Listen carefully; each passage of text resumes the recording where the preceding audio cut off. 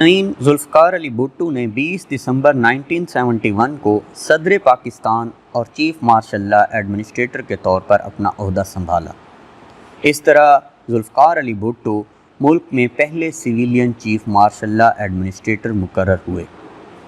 مشرقی پاکستان کی علیحدگی کی وجہ سے لوگوں کے اندر بہت زیادہ غم و غصہ موجود تھا اور لوگ اپنی امیدیں ختم کر چکے تھے۔ قوم میں ایک نئی روح پیدا کرنے اور ان کو مشکل حالات کا مقابلہ کرنے کے لیے تیار کرنے کے لیے اور عوام کو اپنی پالیسیوں سے روشناس کرانے کے لیے انہوں نے عوام سے اپنی پہلی تقریر کی۔ اس پہلی تقریر نے عوام کے اندر نیا عزم اور ولولہ پیدا کیا۔ انہوں نے کہا کہ ہمارے ملک کو خطرناک بحران کا سامنا ہے۔ میں ایسے وقت میں آیا ہوں جب تاریخ پاکستان ایک فیصلہ کن موڑ پر پہنچ چکی ہے۔ مجھے نیا اور ترقی پسند پاکستان بنانا ہے، وہ پاکستان جس کا خواب قائد اعظم محمد علی جناح نے دیکھا تھا، اور میرا یقین ہے کہ وہ میں پاکستان ضرور بنا پاؤں گا۔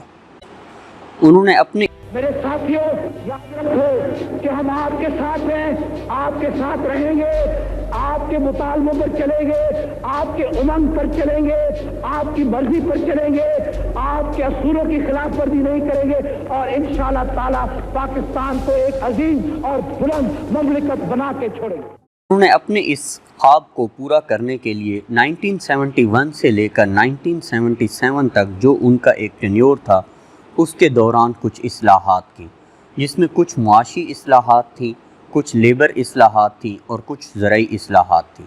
سب سے پہلے ہم ان کی معاشی اصلاحات کے اوپر روشنی ڈالتے ہیں کہ انہوں نے سب سے پہلے تو نیشنلائزیشن آف انڈسٹریز کی۔ سامعین، 1971 تک ملک کے 60% صنعتی اثاثے اور 80% انشورنس کا کاروبار پاکستان کے اندر صرف 22 خاندانوں کی ملکیت تھا۔ 22 دسمبر 1971 کو بھٹو نے جب حکومت سنبھالی تو اس نے 22 سرمایہ دار خاندانوں کے پاسپورٹ ہی ضبط کر لیے۔ نہ صرف یہ بلکہ اس کے علاوہ 19 کمپنیوں کو جاری کیے گئے 10 کروڑ سے زائد کے صنعتی لائسنس بھی غیر قانونی قرار دے دیے گئے۔ ذوالفقار علی بھٹو پاکستان میں صنعتی ترقی اور استحکام کو پاکستان کی عوام کے لیے ضروری تصور کرتے تھے، کیونکہ ان کے اندر عوام کی بھلائی کا جذبہ تھا۔ وہ دولت مند سرمایہ داروں اور کارخانہ داروں کی پالیسیوں سے بالکل اتفاق نہیں کرتے تھے۔ اسی لیے ذوالفقار علی بھٹو نے 2 جنوری 1972 کو ایک آرڈیننس جاری کیا، جس کے تحت 10 بڑی صنعتوں کو سرکاری کنٹرول میں لینے کا اعلان کیا گیا۔ جو قومی تحویل میں صنعتیں لی گئیں، اس میں سب سے پہلی جو تھی پرزے جوڑ کر موٹر گاڑیاں بنانے والی صنعت، دوسرے نمبر پر بھاری اور بنیادی کیمیکل کی صنعت، تیسرے نمبر پر بنیادی ضروریات کا سامان بنانے کی صنعت، فولاد سازی اور لوہے کی صنعت، بھاری مشینری کی صنعت، پیٹرو کیمیکلز کی صنعت، سیمنٹ کی صنعت، اسی طرح مفاد عامہ کے سروسز کے تحت آنے والی صنعت، ٹریکٹر پلانٹ تیار کرنے کی صنعت، اور سب سے آخر میں بھاری سامان برائے بجلی کی صنعت کو قومی تحویل میں لیا گیا۔ صنعتی اصلاحات کے تحت 20 صنعتی اداروں کے ڈائریکٹرز کو بھی برطرف کر دیا گیا اور ان کی مینیجنگ ایجنسیاں جو تھیں ان کو بھی ختم کر دیا گیا۔ ہر صنعتی ادارے کے انتظامی امور کو چلانے کے لیے الگ الگ انتظامی ڈائریکٹر مقرر کیا گیا، اور 16 جنوری 1972 کو ملکی مفاد کو مد نظر رکھتے ہوئے مزید 11 صنعتی ادارے قومی تحویل میں لے لیے گئے۔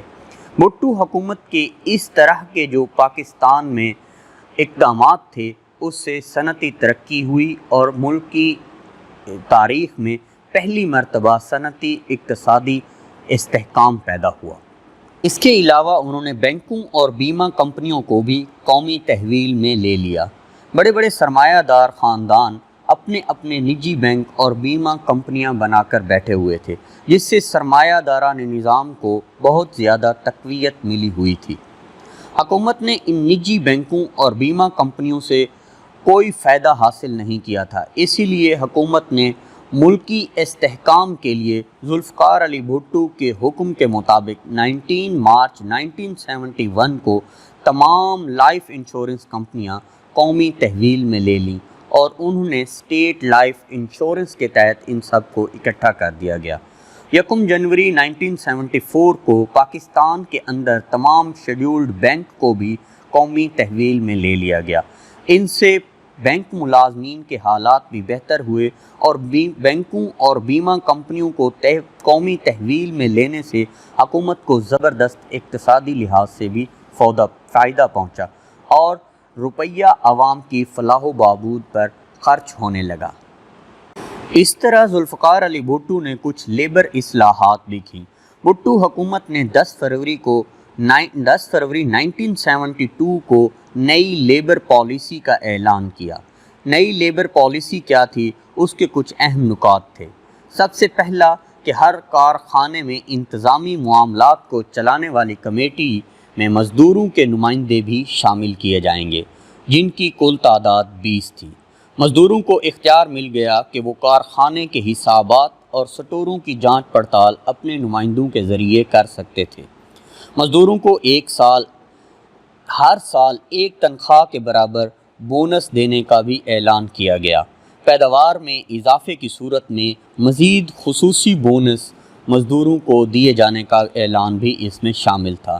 تیسرے نمبر پر کارخانوں میں کام کرنے والے مزدوروں کے اوقات کار کو بھی ایک نئی شکل دی گئی، جس کے مطابق ان سے ایک ہفتے میں صرف 54 گھنٹوں کے بجائے 48 گھنٹے کام لینے کی پابندی عائد کی گئی۔ اگر وہ اپنی مرضی سے یہ بات بھی ڈیسائیڈ ہوئی کہ اگر وہ اپنی مرضی سے اوور ٹائم کام کریں تو ان کو زائد معاوضہ دینے کی شرط عائد کی گئی۔ ہر مزدور کو بڑھاپے میں پنشن، بیمہ اور گریجویٹی کے حقوق بھی حاصل ہوئے۔ سماجی تحفظ کی اسکیم کے تحت طبی امداد کی سہولتوں کے لیے مزدوروں کی تنخواہ سے کٹوتی نہیں کی جائے گی، یہ بھی اعلان کیا گیا۔ ہر مزدور کو رہائشی مکان اور تعلیم کی سہولتیں مہیا ہوگی۔ ہر کارکن کا طبی معائنہ لازمی ہوگا۔ کم از کم ایک بچے کے کارخانے کی طرف سے میٹرک تک تعلیم کا انتظام ہوگا۔ اس کے علاوہ ٹریڈ یونینز کے ذریعے مزدوروں کے جھگڑے نمٹانے کے لیے صنعتی روابط کمیشن قائم کیے گئے۔ اس سلسلہ میں جونیئر عدالتیں قائم کی گئیں۔ اس طرح مزدور کو از خود اپنا مقدمہ لیبر عدالت میں لے جانے کا حق مل گیا۔ اس کے علاوہ شاپ سٹیورڈ کا ایک عہدہ تخلیق کیا گیا، جس کے باعث مل مالکان اور مزدوروں کے درمیان پیدا ہونے والے مسائل کو حل کرنے میں آسانی ہوئی۔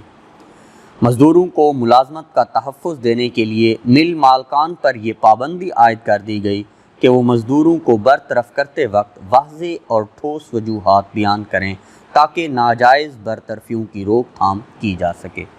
اس کے علاوہ ذوالفقار علی بھٹو نے چند زرعی اصلاحات بھی کی۔ پاکستان کی اکثریت آبادی کا پیشہ زراعت ہے۔ بھٹو حکومت نے کسانوں کو استحصال سے بچانے کے لیے کچھ زرعی اصلاحات کا اعلان کیا۔ ان میں سب سے پہلے زمین کی انفرادی حد ملکیت 150 ایکڑ نہری اور 300 ایکڑ بارانی مقرر کی گئی۔ زائد زمینیں زمینداروں سے لے کر مزارعین اور کاشتکاروں میں بلا معاوضہ تقسیم کر دی گئیں۔ مارچ 1976 تک 15 لاکھ ایکڑ زمین کسانوں میں تقسیم کی گئی۔ نمبر 2، سرکاری ملازمین جنہوں نے ملازمت کے دوران اور ریٹائرمنٹ کے بعد 2 سال کے اندر زمین خریدی تھی، ایسے ملازمین کے لیے 100 ایکڑ زمین محدود کر دی گئی تھی اور باقی زمینوں پر حکومت کا قبضہ ہو جانے کی پالیسی بنائی گئی۔ فوجی افسران پر بھی اس شک کا اطلاق نہیں ہو سکا۔ تعلیمی اداروں یعنی کالجوں اور یونیورسٹیز وغیرہ کے علاوہ کوئی شخص مقررہ حد سے زائد زمین رکھنے کا حقدار نہ ہوگا۔ اس کے علاوہ تمام مالیہ اور آبیانہ زمیندار ادا کریں گے، مزارعین اس ادائیگی سے مستثنیٰ ہوں گے۔ کسی بھی شخص کو استبل، مویشی فارمز اور باغات کے نام پر مقررہ حد سے زائد زمین رکھنے کی اجازت نہیں دی جائے گی۔ زرعی اصلاحات میں یہ چیز بھی شامل تھی کہ تمام شکارگاہیں حکومت نے اپنی ملکیت میں لے لیں۔ البتہ تاریخی نوعیت کی جو شکار گاہیں تھیں ان کو اس چیز سے مستثنیٰ قرار دیا گیا۔ مالکان کو یک طرفہ طور پر مزارعین کو بے دخل کرنے کے حق سے محروم کر دیا گیا۔ صرف بٹائی نہ دینے والے یا مسلمہ شرائط کی خلاف ورزی کرنے والے مزارعین کو اس سے بے دخل کیا جا سکتا تھا۔ حکومت نے یہ بھی اعلان کیا کہ زمین کے چھوٹے چھوٹے قطعات کو اکٹھا کیا جائے گا اور اس سے اشتمال اراضی کے نام سے نئی سکیم بنائی جائے گی۔ پاکستان میں مشینی کاشت کے لیے تحریک امداد باہمی کی حوصلہ افزائی کی گئی اور اس کے علاوہ امداد باہمی کی انجمنوں کے مدد کے لیے رقوم مختص کی گئی تھی۔ ٹریکٹرز اور دوسری زرعی مشینری خریدنے کے لیے کسانوں اور زمینداروں کو آسان اقساط پر قرضے بھی دیے گئے۔ ان تمام اصلاحات کی بدولت جو ذوالفقار علی بھٹو نے کی تھیں، اس کی بدولت کچھ صنعت پر مثبت اثرات بھی ہوئے اور کچھ منفی اثرات بھی ہوئے۔ ان کو ہم درجن درجن دیکھتے ہیں کہ کون کون سے وہ چیزیں تھیں جنہوں نے صنعت پر مثبت اثرات مقرر کیے اور کچھ ایسی چیزیں تھیں جنہوں نے صنعت پر منفی اثرات مرتب کیے۔ جنہوں نے مثبت اثرات مرتب کیے ان میں سب سے پہلا تو یہ تھا کہ 1972 کی جو لیبر اصلاحات تھی، صنعتی مزدوروں کا استحصال ختم ہوا، ان کی اجرتیں بڑھیں اور دوسری مراعات میں بھی اضافہ ہوا۔ نمبر 2، صنعتی ادارے حکومت کو پورا ٹیکس اور ڈیوٹی ادا کرنے لگے، جس سے قومی آمدنی میں اضافہ ہوا اور ملک کی ترقی ہوئی۔ نمبر 3، مزدوروں کے ساتھ مل مالکان کا جو رویہ تھا وہ بہتر ہوا اور ہڑتالوں کی تعداد جو تھی وہ بتدریج کم ہوئی۔ اس کے علاوہ صنعتی اثاثوں پر جو صرف 22 خاندان قبضہ کیے بیٹھے تھے، اس کا قبضہ ختم ہوا اور سرمایہ دار طبقے کی حوصلہ شکنی ہوئی۔ صنعتی ادارے حکومت کی تحویل میں آنے سے حکومت کے لیے صنعتی اشیاء کی قیمتوں کو کنٹرول کرنے میں بھی آسانی ہوئی۔ یہ تھے چند ایک مثبت اثرات جو صنعت کو قومی تحویل میں لینے سے مرتب ہوئے۔ کچھ ایسے منفی اثرات بھی تھے جو کہ صنعت پر واضح محسوس کیے گئے۔ صنعتوں کو قومی تحویل میں لینے سے سرمایہ داروں نے پاکستان میں صنعتیں لگانا کم کر دیں، جس سے صنعتی ترقی کا عمل سست ہو گیا۔ اس کے علاوہ مزدور یونین نے سیاسی آزادی کا بھرپور فائدہ اٹھایا اور آئے دن مراعات میں اضافے کے لیے ہڑتالیں اور مظاہرے ہونے لگے، جس سے صنعتوں میں مزدوروں کی کارکردگی بہت بری طرح متاثر ہوئی۔ نمبر 3، صنعتی اداروں میں ضرورت سے زیادہ سیاسی عملہ بھرتی ہوا، جس کا کام زیادہ مراعات سے دلچسپی تھا۔ اسی طرح کام کرنے کی استعداد روز بروز کم ہوتی چلی گئی۔ نمبر 4، صنعتوں کے تنخواہ دار افسران نے اپنی ذمہ داری کا احساس نہ کیا، جس سے ملک میں بدعنوانی کو فروغ ملا۔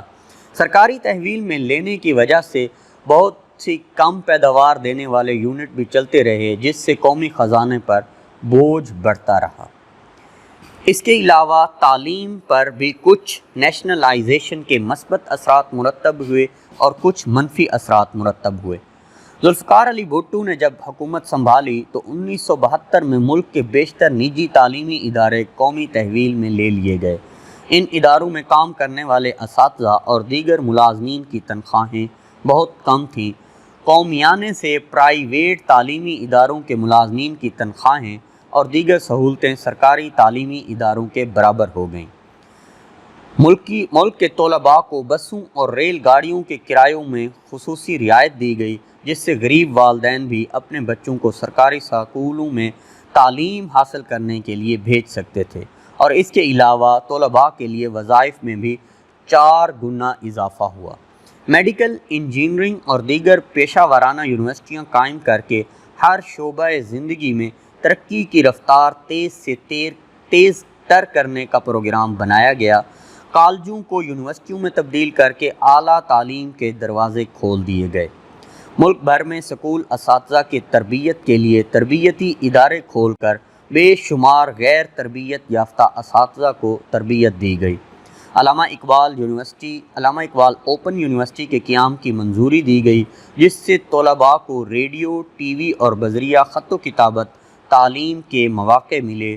اس کے علاوہ تعلیم بالغاں کے بھی کچھ مراکز قائم کیے گئے، لیکن تعلیم پر مثبت اثرات کے ساتھ ساتھ منفی اثرات بھی مرتب ہوئے، جس طرح نجی تعلیمی اداروں کو قومی تحویل میں لینے سے اساتذہ اور دیگر ملازمین کو تنخواہوں کی ادائیگی کے لیے حکومت کو قومی خزانے سے رقم خرچ کرنا پڑی۔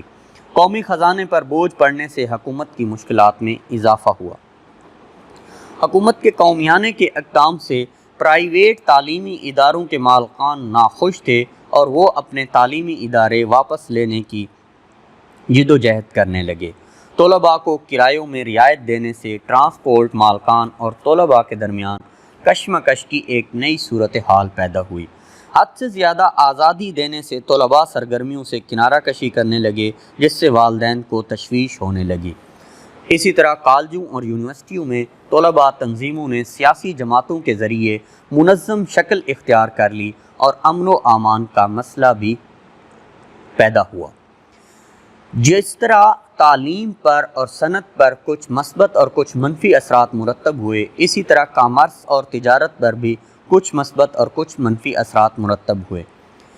جو کامرس اور تجارت پر مثبت اثرات ہوئے، ان میں صنعتوں کو حکومتی تحویل میں آنے سے صنعتی پیداوار میں اضافہ ہوا۔ بھٹو حکومت نے صنعتوں کو فروغ دینے کے لیے مشینری اور صنعتی خام مال کی درآمدات کی حوصلہ افزائی کی۔ اس سے ملکی ترقی تھی وہ ایک نئی راہ میں گامزن ہوئی۔ پاکستان کا توازن تجارت بھی بہتر ہوا، برآمدات میں اضافہ ہوا، حتیٰ کہ سبزیاں اور پیاز بھی برآمد ہونے لگے۔ زرعی اصلاحات سے زرعی پیداوار بہتر ہوئی، جس سے ملکی اور غیر ملکی تجارتی سرگرمیوں میں بھی اضافہ ہوا۔ اس کے چند ایک منفی اثرات بھی ہوئے۔ افراط زر ہونے سے تنخواہ دار طبقہ متاثر ہوا۔ روپے کی قدر کم ہونے سے برآمدات میں تو اضافہ ہوا، لیکن مہنگائی میں بھی کافی حد تک اضافہ ہوا۔ سامان تعیش کی درآمد بڑھی، مشینری کی درآمدی اخراجات میں اضافہ ہوا، جس سے توازن ادائیگی متاثر ہوئی۔ ملکی خزانے پر بوجھ بڑھنے سے زر مبادلہ کے محفوظ ذخائر کم ہونے لگے۔ اس کے علاوہ 1973 میں تیل کی قیمتیں زیادہ ہونے سے پاکستان کا توازن تجارت خسارے کی طرف چلا گیا۔ یہ تھی ذوالفقار علی بھٹو کا دور حکومت اور ان میں ہونے والی چند اصلاحات اور ان اصلاحات کے کچھ منفی اور مثبت اثرات۔